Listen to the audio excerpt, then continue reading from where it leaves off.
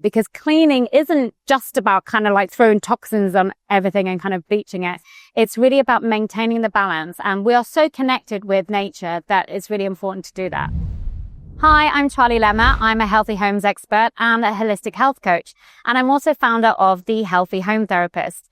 So as a nutritionist might help you dump the donuts and help you create a healthy detox and diet plan, I help you detox your body, but most importantly, detox your home.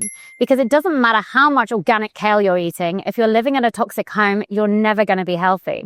So most people understand these days how important diet and exercise are when you're talking about health.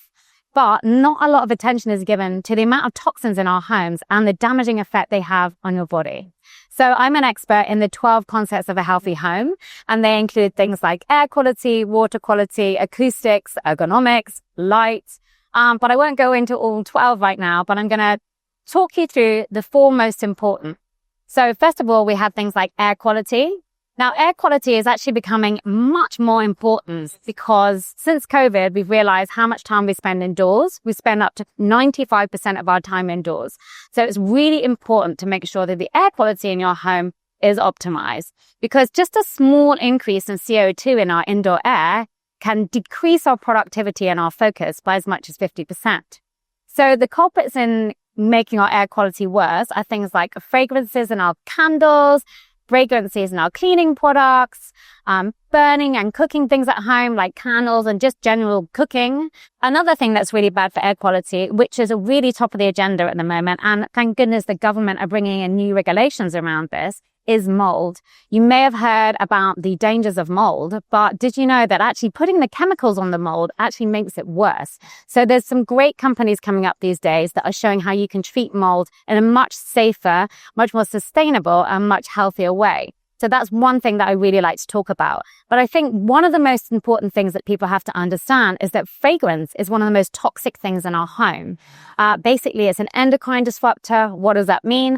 That means that it changes your hormones, basically. And we're seeing an unprecedented levels in autoimmune diseases, allergies, asthma, and even cancer, basically from the chemicals that we're using in fragrances and they're trapped inside our home. We can do really easy things to kind of improve air quality. So if you don't want to lay out for things like an air filter, you can just open your window like our grandmothers used to do way back when. It's very simple and it's free of charge. So that is one step that I would recommend that everybody does. Second step, change your cleaning detergents because most of them are super toxic. Most people after COVID got really into cleaning and were obsessed with bleaching the entire place, not realizing that their babies or their toddlers or even their pets had most of their time on the floor. And so then we're developing health complaints like autoimmune diseases and allergies and asthma. So that's definitely one thing I'd take a look at. There's some amazing cleaning products these days that have got probiotics in them. And I think that's definitely the next level of cleaning. As we understand these days how important it is to keep our microbiome in check and help keep the balance of bacteria in our guts, we're really understanding how our home is an extension of our body and therefore an indoor microbiome. And so we're starting to see probiotics come in, our cleaning agents, to really help us keep a balance at home, because cleaning isn't just about kind of like throwing toxins on everything and kind of bleaching it.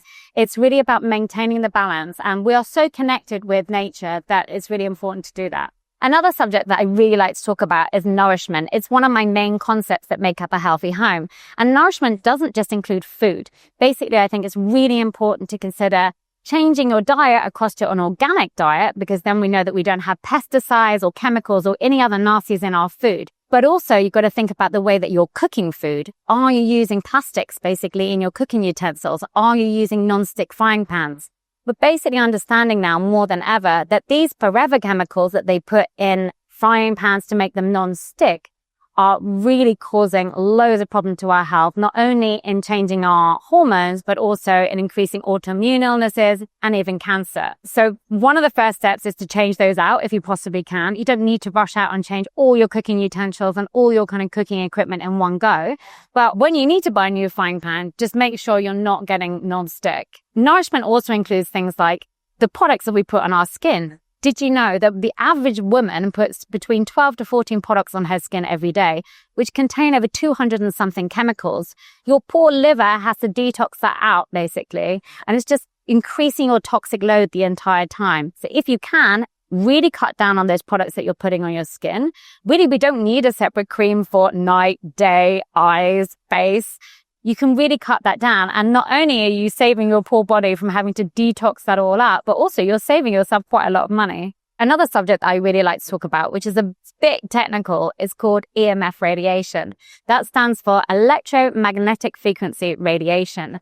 And what is that? Basically, we are surrounded by Wi-Fi these days, which is constantly emitting radiation. Now, I know that we like our technology, but we don't need to be on it 24/7. So when I go into people's homes, quite often they're almost practically sleeping on top of the Wi-Fi router. And if you go into a teenager's bedroom, like sure enough, you'll probably find a phone or an iPad underneath their pillow. So really what I like to show people is that by exposing yourself to this technology, especially at nighttime, your pineal gland here sees that blue light that's coming off the technology as still that it's daytime, basically. So it doesn't encourage the production of melatonin. And melatonin is the hormone that you need to make you go to sleep. So we like to say to people, look, just stay off all your screens as much as possible, at least 2 or 3 hours before bedtime, and just take technology out of your bedroom, which is the room that you really need to kind of rest and recover in. Don't need to be surrounded by technology the entire time. A really easy tip with that is I like to turn my Wi-Fi off at night. I mean, when I'm awake, I obviously don't need to be on Wi-Fi.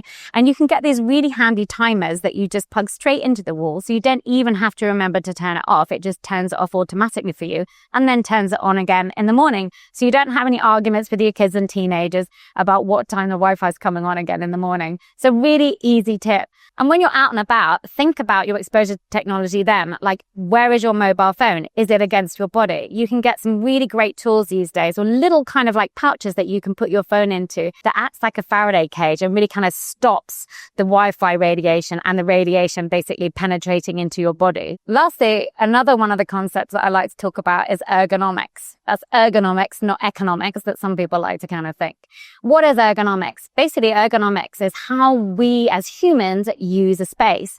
So we like to kind of set up a space so that we can use it as easily as possible. For example, did you know that around 183 million workdays are lost per year from back pain, basically, from people sitting in bad chairs that don't support them? And obviously after COVID, when we spent most of our times at home working from like the side table or working from our beds, many people got really bad back pains. And so it's really important that you get an ergonomic chair that supports you as well as possible so that you don't get that back pain.